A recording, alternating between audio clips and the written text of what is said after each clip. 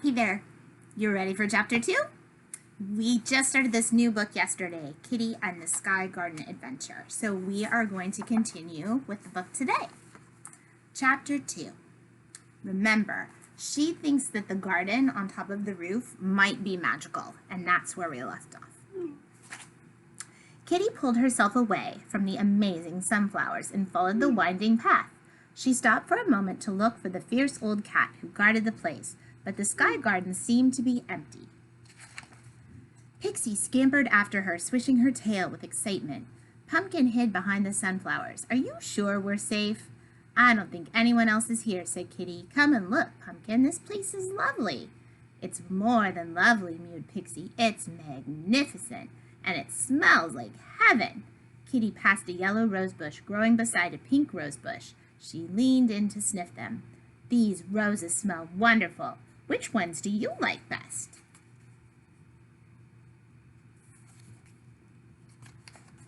Pixie and Pumpkin didn't reply, so Kitty turned around to look for them. The little white cat and the ginger kitten were taking turns leaping into the middle of a purple flowered bush and rolling from side to side with their paws in the air. What are you doing? Cried Kitty. This isn't our garden. It's a catnip plant, Kitty, giggled Pixie. I just can't help it. Whee! Said Pumpkin, jumping into the bush and rolling around again. Kitty hurried across to the catnip bush. She'd heard of a plant that cats loved, but she hadn't realized it could make them act so silly. Stop, Pumpkin! Stop it, Pixie, she told her friends. What if the owner of the garden comes along? What's going on here? Said a deep voice. None of you should be in this garden. Don't you know you're trespassing? Kitty's tummy lurched guiltily. Turning around, she spotted a huge shadow with pointy ears on the wall. She gulped. Was it the fierce old cat who guarded the rooftop? Pumpkin squeaked with fright and hid behind Kitty's legs. I'm extremely disappointed that you came in without even asking, growled the voice. You're right. We should have asked. We heard how lovely the garden was, and we wanted to see the place for ourselves. Kitty peered through the cluster of plants. There was the sound of paws padding through the undergrowth. And an old tortoiseshell cat with gray whiskers appeared. He twitched his ears disapprovingly. Pixie leaped out of the catnip bush and began grooming her tail, pretending that she'd been behaving sensibly all along. I was having a lovely quiet evening before you all turned up, grumbled the tortoiseshell cat. I'm sorry, we didn't mean to disturb you, said Kitty. My name's Kitty, and this is Pixie and Pumpkin. The tortoiseshell cat was still frowning, so Kitty continued hurriedly. Do you live here with your owner? That's right, the tortoiseshell studied each of them suspiciously. I'm Diggory, and my human Mrs. Lovett created this whole place. She spent years getting it perfect, so I won't let you young rascals come along and ruin it all. We only came to take a peek at the place. You see, I've got to draw a design for a new school garden, explained Kitty. I'm sorry, my friends were so silly when they smelled the catnip plant. We're really sorry, Pixie blurted out. Pumpkin hung his head and stared at the ground. Well, I suppose the catnip plant is quite exciting, Diggory said slowly. It does make us silly, like humans when they eat too many sweets. I'm a bit too old to roll around in it these days, though. Kitty smiled. The old cat was gruff at first, but he wasn't as fierce as Pixie had described. So, do you think we could look around for a little longer? She asked shyly.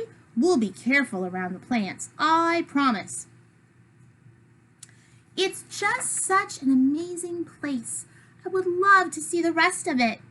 We're not really accustomed to having visitors. It can get a little lonely at times, and it's hard to manage looking after the garden with just the two of us, Diggory told them. It would be nice to share the place with someone who is interested in the plants. He turned slowly and led them down the stepping stones.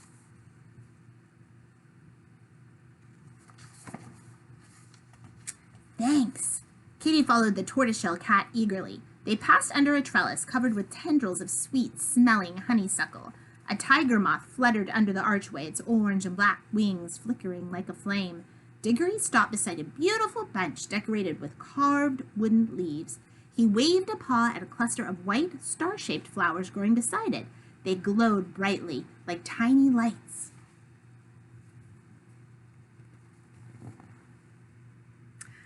These spring stars are Mrs. Lovett's favorite flowers. They remind her of how much she likes to sit here and look at the stars from time to time. What a lovely name! Kitty looked up in surprise as music tinkled in the tree above her head. Hanging from a branch was a wind chime made from delicate seashells.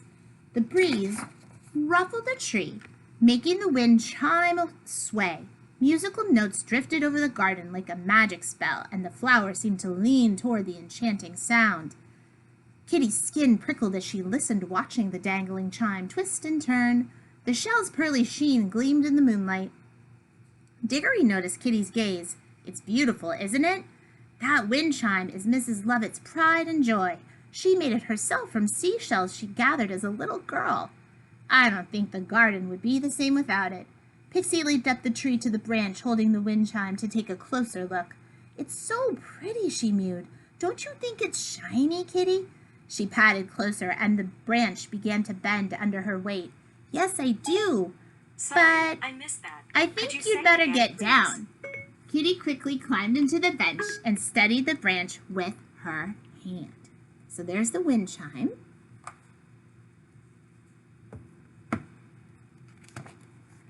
Pixie turned around and darted back down the tree trunk. Diggory frowned as the wind chime jangled alarmingly. Kitty let go once the branch was steady. And then she sat down on the wooden bench and gazed at the amazing plants all around her. Pumpkin leaped onto the bench beside her, yawning, and curled up with his furry head in her lap. "There's so much to see." Pixie scampered up and down the winding path. "I don't think I could ever get bored here." "I don't want to go, but I suppose it's getting quite late," said Kitty. "Do you think we could come back tomorrow? I'd really like to get some more ideas for the school competition." Diggory nodded.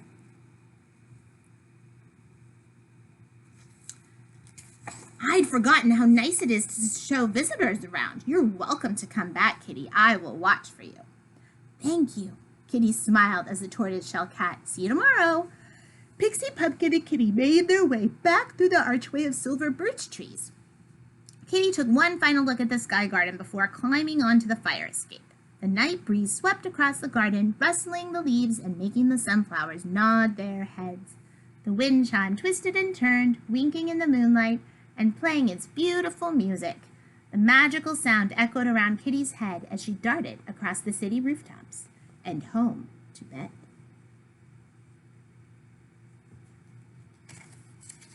That is the end of Chapter 2. Tomorrow we will continue the story. Chapter 3. See you then.